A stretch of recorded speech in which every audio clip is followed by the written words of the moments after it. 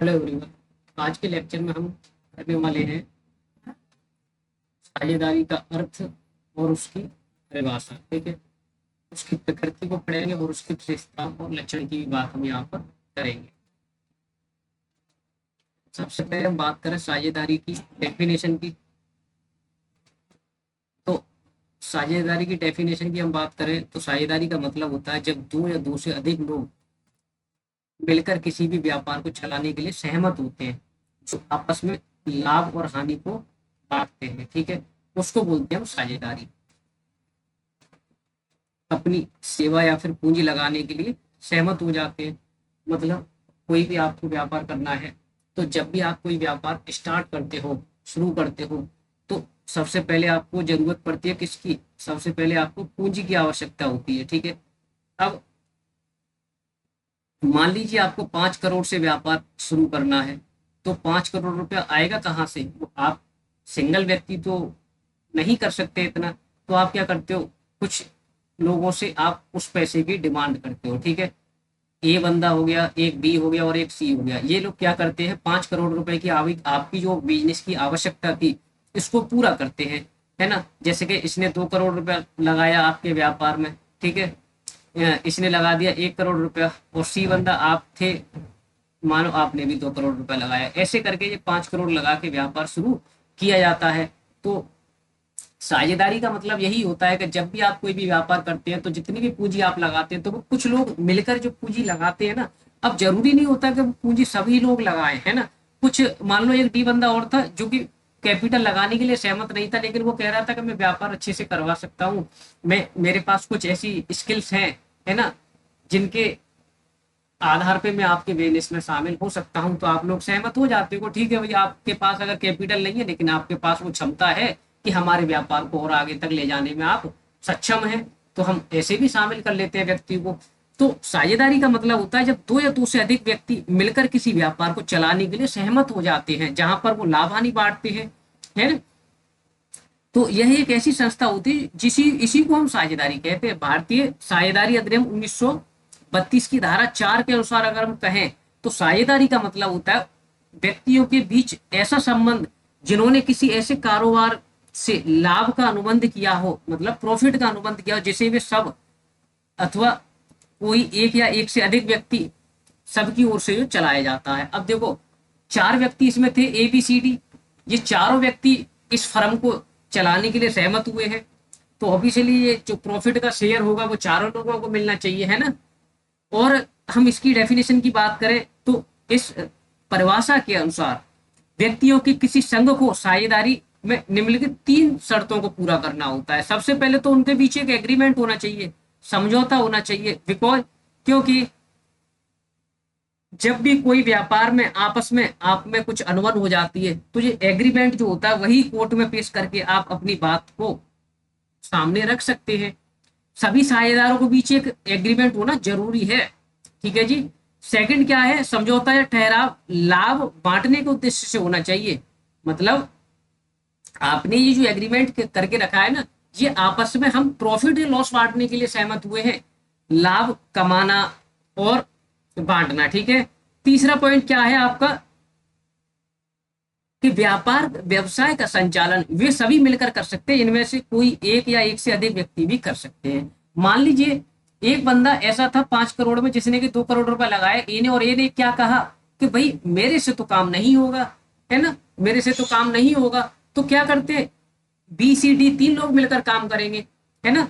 तो ए ने अगर ये कह दिया कि मेरे से काम नहीं होगा, मैं केवल कैपिटल आपके व्यापार में लगा सकता हूं, तो यहाँ पर क्या होगा कि जो भी लाभ में हिस्सेदारी होगी वो इसकी थोड़ी कम होगी, इन लोगों की थोड़ी ज्यादा होगी, है ना। कमीशन अगर किसी को मिलना है, वेतन अगर किसी को मिलना है, तो हम किन बंदों को देंगे? बी सी डी को देंगे। ठीक है, तो ये सारी चीजें भी आपको यहाँ पर ध्यान रखनी होती है। बात करें हम साझेदार कौन होता है? साझेदार होता है साझेदारी संस्था में वह व्यक्ति जो अपनी पूंजी लगाता है, उसको हम साझेदार कहते हैं। साझेदार का मतलब वह व्यक्ति जो पूंजी लगा रहा है व्यापार में, वो साझेदार हो गया। फर्म क्या होती है? फर्म होती है वह संस्था जहां पर हम वो पैसा इन्वेस्ट कर रहे हैं, यानी कि व्यक्तियों का एक दूसरे के साथ साझेदारी में प्रवेश किया जाता है, उन्हीं को हम सामूहिक रूप से क्या कहते हैं? फर्म कहते हैं। है ना, जहां पर हमने पिछली स्लाइड में बात करी थी ABCD, ये क्या थे, ये एक फर्म थे। 4 लोगों को अगर हम एकजुट करके बोले तो एक साथ साझेदारी में प्रवेश कर रहे हैं, तो ये एक सामूहिक रूप से हम इनको क्या बोलेंगे, फर्म बोलेंगे। ठीक है, फर्म का नाम क्या होता है, वह नाम जो जिस नाम से आप व्यवसाय अपना चला रहे हो उसको हम फर्म का नाम कहते हैं, है ना। मान लो आपने फर्म का नाम रख दिया ABCD लिमिटेड, तो ये क्या हो गया, ये फर्म का नाम हो गया। ठीक है,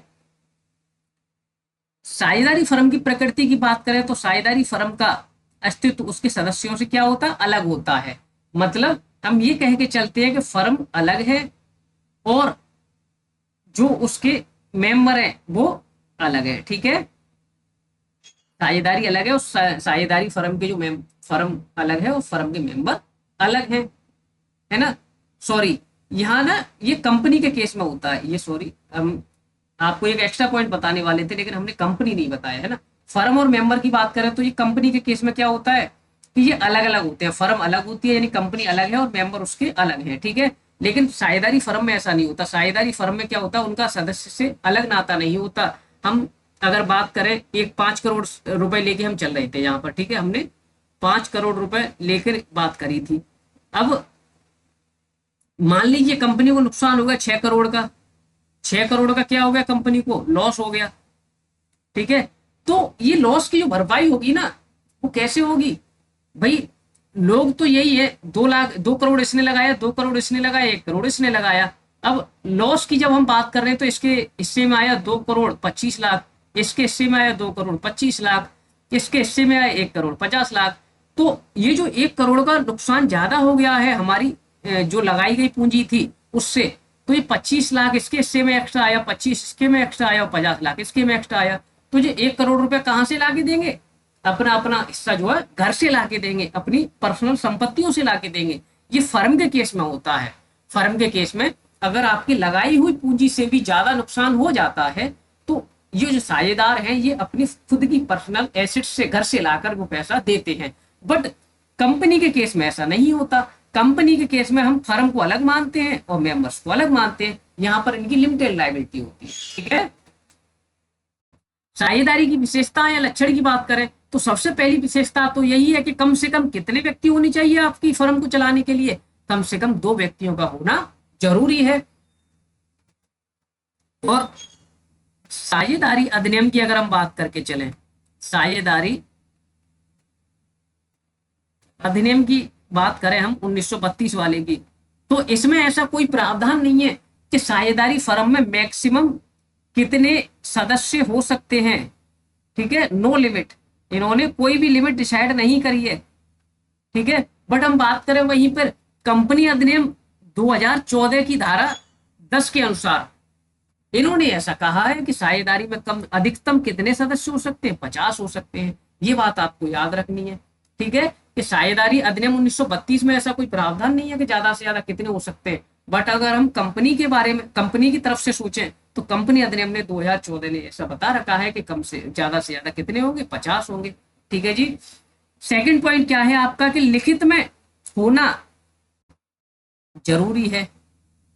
आपके बीच जो समझौता होगा वो लिखित में होना जरूरी है। साझेदारी का जन्म साझेदारों के बीच स्पष्ट और गर्मित ठहराव या फिर अनुबंध के आधार पर ही होता है। धारा 5 में ऐसा कहा गया है कि साझेदारों को जो संबंध है अनुबंध द्वारा ही उत्पन्न होता है। अनुबंध मतलब एक एग्रीमेंट द्वारा ही वो उत्पन्न होता है, स्थिति द्वारा नहीं कि वो क्या काम करते हैं। इस विशेषता के आधार पर हम कह सकते हैं कि कुछ दूसरे संबंधों से अलग समझी जाती है ये बात कि सम्मिलित कौन कौन सी चीजें इसमें, हिंदू परिवार हो गया, हिंदू परिवार के सदस्यों का संबंध अनुबंध द्वारा उत्पन्न नहीं हो सकता है, अतः वे साझेदार नहीं माने जा सकते।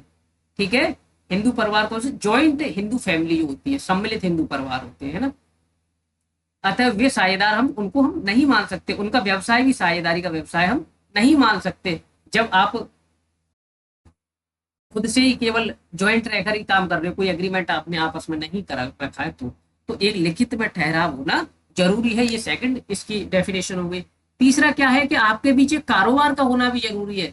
आप अगर कोई ऐसे ही 4 लोग मिलकर किसी चीज को करने लगे तो उसको हम साझेदारी नहीं कहेंगे। हम साझेदारी उसी को कहेंगे कि आपस में आप किसी बिजनेस को करने के लिए रेडी हो जाएं, किसी व्यवसाय को करने के लिए रेडी हो, है ना। आपके बीच में कोई कारोबार तो हो ना, कि किस तरीके का कारोबार आप करते हैं। दो या दो से अधिक व्यक्ति आपस में ऐसा ठहराव करते हैं जिसका उद्देश्य किसी कारोबार को चलाना न हो, तो उसको हम साझेदारी नहीं कह सकते। हम साझेदारी उसी को कहेंगे जो उनका कारोबार एक वैधानिक हो, और दूसरा कि वो कारोबार ही कर रहे हो, किसी भी चीज का कारोबार कर रहे हो, उससे हमें मतलब नहीं है, ठीक है जी। अन्यथा साझेदारी अवैध हो जाएगी। और क्या है कि कोई भी कारोबार जिसका उद्देश्य लाभ कमाना नहीं है,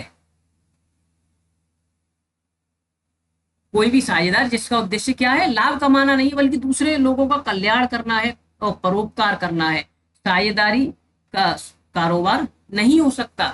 अगर आप लाभ कमाने के उद्देश्य से कोई काम नहीं कर रहे हैं तो वो आपका साझेदारी नहीं कहलाएगा। वो क्या कहलाएगा, गैर अलाभकारी संस्था कहलाएगी वो, जो कि आपका चैप्टर नंबर 1 था इसमें, है ना।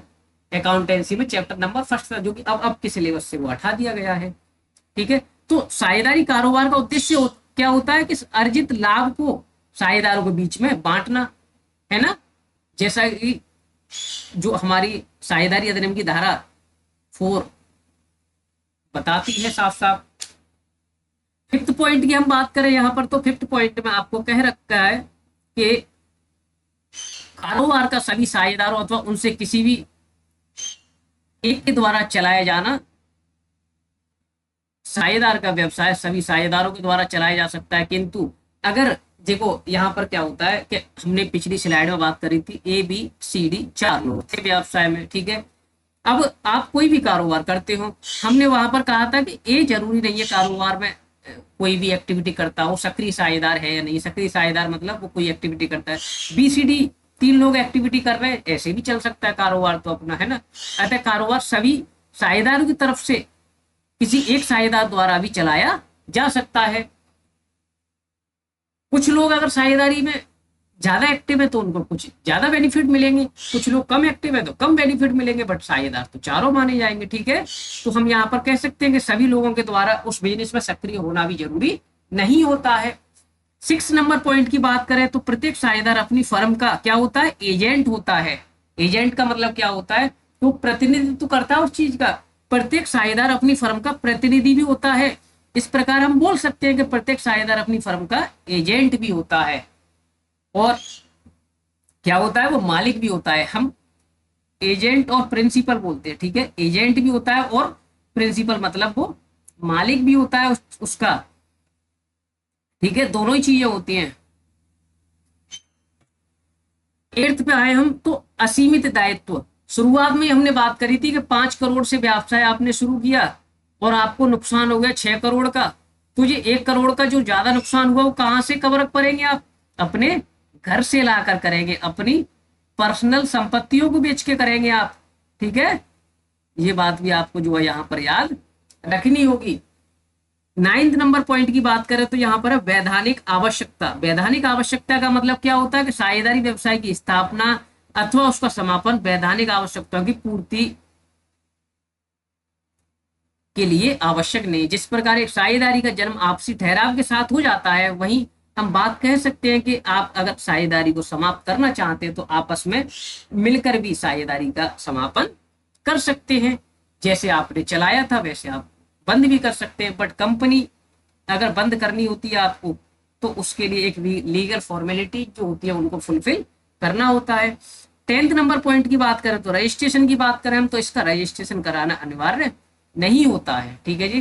कंपनी के केस में रजिस्ट्रेशन कराना आपको अनिवार्य होता है।